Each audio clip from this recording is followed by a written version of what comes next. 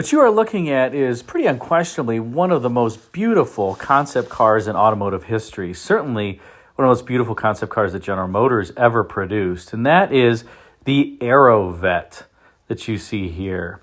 Now, what in the world was the Aerovette? Well, in the late 1960s, Chevrolet engineers were dreaming of a mid-engine Corvette. And yes, GM did finally make that mid-engine Corvette with the C8, but that idea was rather old. In fact, like I said, it was birthed back in the late 1960s when Zora Arkus Duntov was still working for General Motors and was pushing this idea to get maximal performance out of the car. Now, by this time, John DeLorean, who was formerly the head of Pontiac, had been promoted to be the head of Chevrolet, and he thought that overall a mid-engine Corvette was just going to be impractical from a cost standpoint, and so he canceled the program. Some of the early prototypes looked like this. This was when the car was called the XP882, I believe. And notice that this particular prototype has conventional doors and door handles and has, well, some different styling from the vehicle that you just saw. The nose is significantly different, not quite as beautifully tapered front and rear, I should say symmetrically tapered front and rear as the Aerovette was.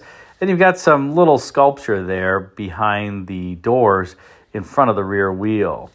But, as I said, this was the prototype that was first developed in the late 1960s before John DeLorean canceled the program as he became Chevrolet's general manager. Now, there was a little bit of a twist of fate here. DeLorean canceled the program, but then, any idea what happened next? Well, Ford introduced the Pantera, a mid-engine sports car. And, of course, DeLorean was a bit jealous of this, and so he decided to kind of dust off this prototype and really rekindle it. The car was also given a new experimental number. It was now XP895, and the new body that would resemble the Aerovette you saw at the beginning of this video would eventually be the result. But along the way, Chevrolet also contracted with Reynolds Aluminum to make an XP895 prototype with an all-aluminum body that you see here. This was, according to General Motors, the first car with an all-aluminum body, and it's rather attractive, I have to say, different from the Aerovette. Again, you don't have that symmetrical front and rear taper. You also have some hood scoops here, as was relatively common for the time. And this one ends up displaying some design similarities to the two-rotor Corvette, which would come out around the same time. And here's a rear three-quarter view of the Reynolds aluminum Corvette. Pretty distinctive rear. Not going to be able to see much out of that rear window there, but, oh, who cares? Hopefully you're going fast enough so that everybody is behind you and you don't even have to see them. You just pass them by with great speed. So this Reynolds aluminum Corvette never really made it anywhere, but the eventual Aerovette certainly did. The Aerovette was originally also called an XP895 and had this beautiful styling that you can see here with these gull wing bifold doors. And when it was first introduced, the car had a four-rotor Wankle engine. It was effectively two-rotor engines coupled together. Those two-rotor engines were supposed to be used in the Chevrolet Vega. This was during a time when General Motors had bought the license to make Wankle rotary engines from Curtiss-Wright Corporation, had paid a lot of money for that, and the intent was to really have the Wankle just used across the General Motors lineup. Vegas would use two rotors, sports cars would use four-rotor engines, so that was going to be what was under hood in all of the General Motors cars today. And in fact, General Motors was planning to sell its Wankle engines that it was going to produce to other companies, including AMC, who wanted to use it in the Pacer. Well, after not too long of a time frame and with increasing emission standards, it was determined that the Wankle rotary engines just really didn't get great fuel economy, and they had trouble meeting emissions because of the tip seals at the edges of the rotor wearing.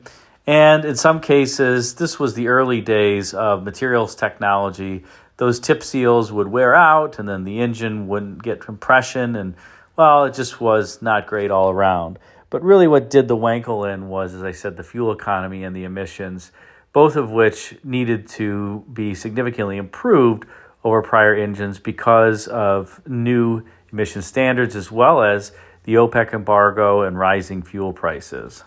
Now, in 1976, the car got its Wankle rotary engine taken out, and it was replaced with that 400 cubic inch Chevrolet V8, and the car was christened the Aerovette.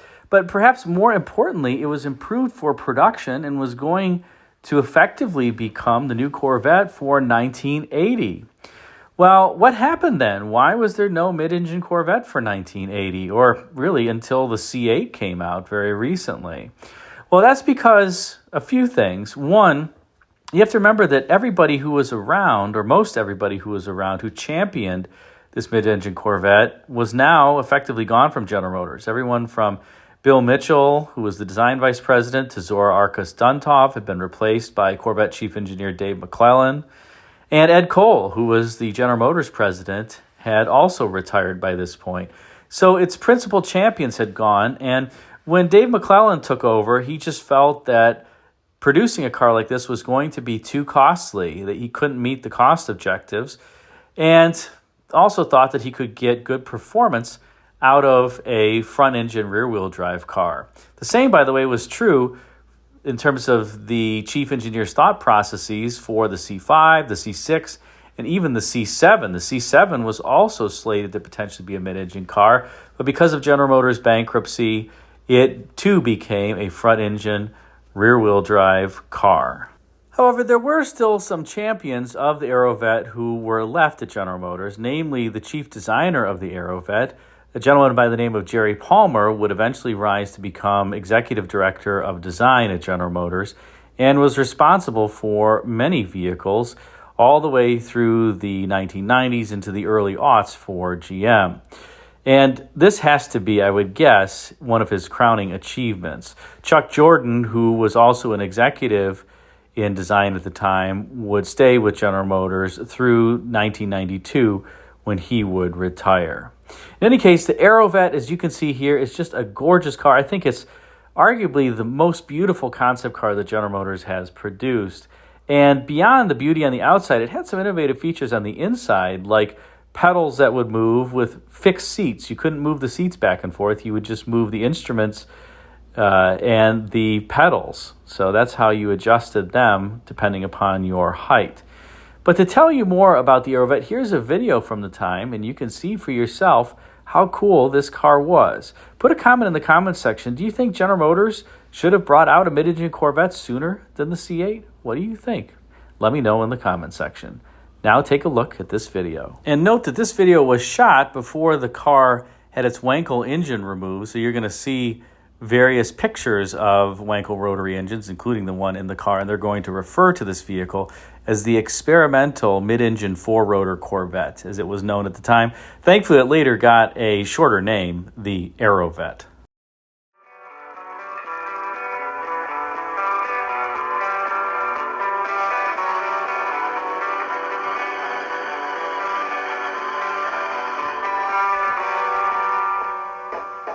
Experimental mid-engine four-rotor Corvette is an extraordinary automobile in many ways.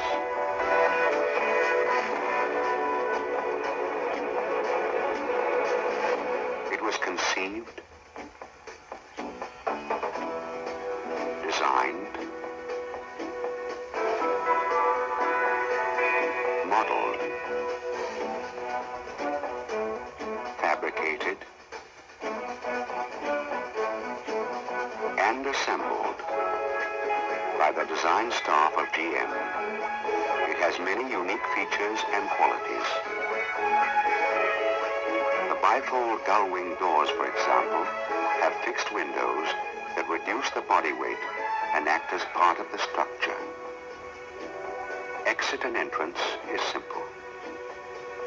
The seats move up and down, but the driver adjusts the pedals to suit his leg length and comfort. Then he adjusts the steering column, the wheel, and the instrumentation readout panel in a single motion. His view forward is wide, and the information system is complete. A master warning system served by an onboard computer will tell him that his door is not shut, that his seatbelt is not fastened. Before he is ready to make his run, he can check his engine on a single fully digital display readout. He first checks the fuel supply. Then, in the same area, he gets a reading on water temperature, oil pressure, and voltage. Just below, a linear light-emitting diode system serves as a tachometer. The green light indicates 5,000 RPM, or 2,000 less than maximum recommended speed. The digital display panel at the front of the center console permits the driver to check the time of day, the calendar date, and the AM/FM radio dial at will. Another button permits him a readout of elapsed time in seconds and minutes for acceleration runs or rallies.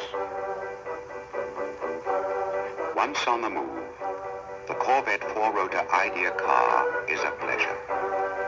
It features a 6.4-liter displacement rotary engine mounted amidships. Its profile is low, and the deep V windshield is angled at 72 degrees. It completely wraps around the doors. Wind tunnel testing for drag indicates a low coefficient of 0.325. There is no excessive lift, and U.S. bumper height standards are maintained. From his position, the driver has excellent visibility both front and rear, and complete control. Pressing the button gives him immediate engine temperature reading. Another button gives him control of the air-conditioned interior environment. The speedometer remains constantly on display, and the linear tachometer is always there. Should the green light turn to red, he knows he is exceeding the maximum recommended RPM.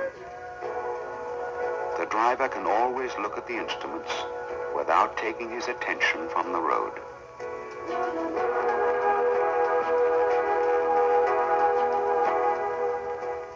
Well, if that isn't a great-looking concept car, I don't know what is. Put a comment in the comment section. Let me know what you think of this Aerovette, or as it was called in the video before the Chevrolet V8 was dropped in, the experimental 4-rotor mid-engine Corvette. Thanks again for watching. Until next time, take care.